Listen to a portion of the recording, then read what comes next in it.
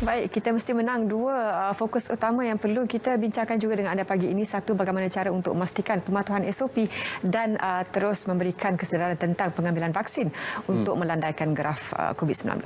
Baik, kita harus lakukan bersama walaupun kita berasingan, kekal duduk di rumah masing-masing, namun kebersamaan itu sangat perlu. Kita bersama dengan tetamu kita di talian Dr. Safia Amaran yang merupakan pakar perubatan kesihatan awam dan pengarah perubatan UNISA. Terima kasih kerana bersama dengan kami pada pagi ini, Doktor. Terima kasih Laura, Karen dan Zaleha. Dr. Safia, dalam situasi sekarang, pandangan doktor tentang PKP yang lebih ketat ini, bagaimana doktor harap ia dapat membantu untuk kita mengawal keadaan? Okey, jadi hari ini kita dah bermula dengan PKP yang lebih ketat. Seperti yang kita semua sedia maklum, keadaan wabak di Malaysia ini sangat ketara, kita dalam keadaan trend menaik. Infektif pada bulan April cuma 15,000 saja. Tetapi pada hari ini dia sudah hampir pada 80,000. Jadi ini satu kenaikan yang ketara jika dibandingkan dengan negara lain yang banyak menunjukkan trend yang betul. Jadi kita tengok di Malaysia ni bukan kerajaan tak buat sebarang PKP. Malah kita ada pelbagai jenis PKP, PKPT, PKPT. Tetapi dia tak bersedia menurunkan kes sekarang. Jadi memang kita memerlukan kepada PKP yang jauh lebih tegas kerana jika wabak ini tidak dibendung segera, kita takut keadaan kita tu boleh menjadi sangat teruk seperti mana yang dialami di India baru-baru.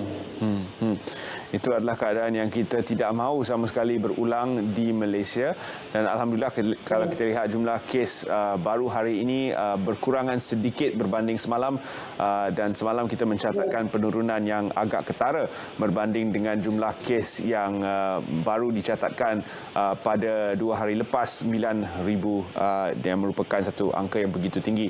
Doktor, untuk mereka yang akan tetap keluar mencari rezeki kerana ada kelonggaran-kelonggaran tertentu untuk beberapa sektor ekonomi dan juga untuk mereka yang akan berniaga secara kecil-kecilan, bagaimana untuk mereka melindungi diri dan apakah pesanan doktor kepada kumpulan ini?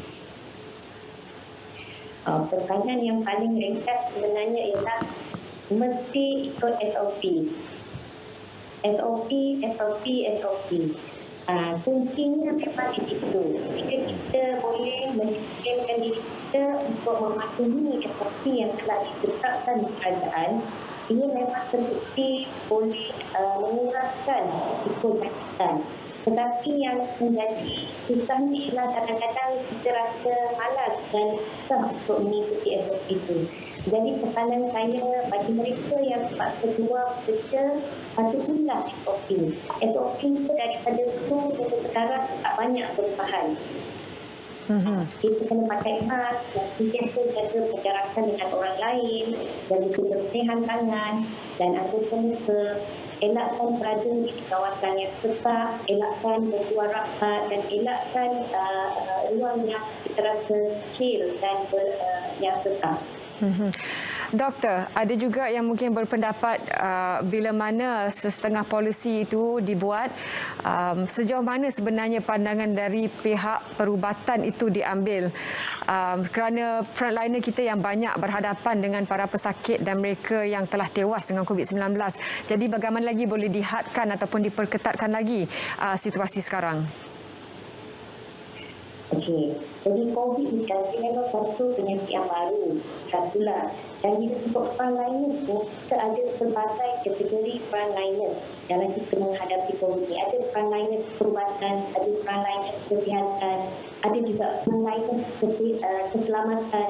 Masih ada pelbagai kategori. Jadi setiap frontliners ni melihat dari perspektif yang berbeza. Jadi pandangan yang mereka berikan tu memang berbeza-beza. Kadang-kadang orang dalam bidang yang sama itu mempunyai pandangan yang berbeza. Jadi pada saya memang ada ruang untuk pandangan frontliners ini didengari dan juga diberi perhatian Sebab kita tengok keadaan kita di Malaysia ni tetap boleh, malah semakin teruk. Jadi apa salahnya jika ada perananya berani mengeluarkan pendapat dan memberikan pandangan yang benar, ia diberi perhatian yang serius oleh kerajaan. Kita ada pelbagai komponen baru dalam membantu untuk kita menangani pandemik ini. Selain vaksin, kita juga ada cara-cara untuk membuat saringan yang mungkin lebih mudah dan kurang sakit sedikit. Menggunakan hembusan nafas sahaja ataupun breath test. Boleh doktor huraikan sedikit tentang bagaimana ini akan menjadi satu lagi game changer dalam kita menguruskan pandemik ini? Ya, memang saya nampak ia potensi untuk menjadi game changer. Sebab sekarang pun kita di Malaysia dan banyak negara lain kita banyak bergantung pada ujian PCR untuk mengetahui sama ada seseorang itu dijangkiti COVID ataupun tidak. Dan swab perlu dibuat pun ramai yang kata sakit. Swab di mulut dan di hidung. Prosedur itu memerlukan orang yang mahir. Dan ujian tersebut ujian PCR pun perlu dibuat di makmal dan mengambil masa beberapa hari untuk dapat keputusan. Jadi ada banyak faktor di situ. Tetapi kalau ujian breath test ni, ada banyak negara yang membuat, tapi yang paling dekat dengan kita ialah Singapura, dan mereka terus menghubungkan dan mereka telah menunjukkan kekayaan yang lain. Jadi ujian yang Singapura buat, dia telah buat kajian di negara dia dan kita diubah menunjukkan kekayaan. Yang maksudnya dengan ujian ini dia sangat mudah, dia simple. Kita hanya perlu hembus nafas di situ dan keputusan boleh dapat masa lebih kurang 1 minit. Jadi kita nampak seperti yang awak berbeza lah dari segi durasi masa dan juga teknik yang digunakan.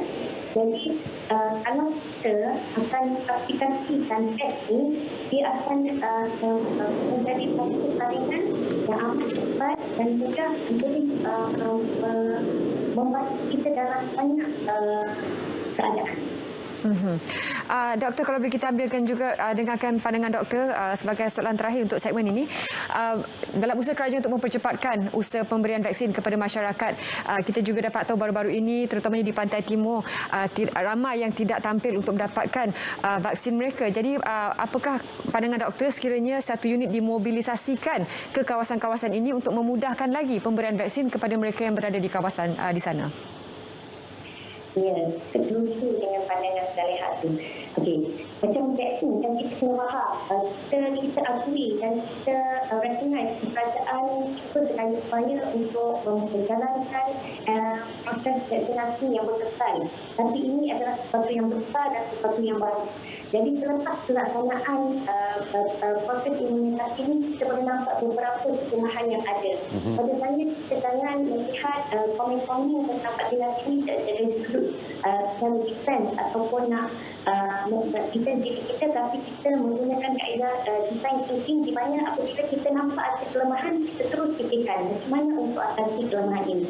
Dan kita memang nampak beberapa kelemahan dalam penggunaan MySejahtera dan pemberian vaksin yang dirasakan agak susah dan ramai orang yang tidak dapat capai dan juga ia agak lambat.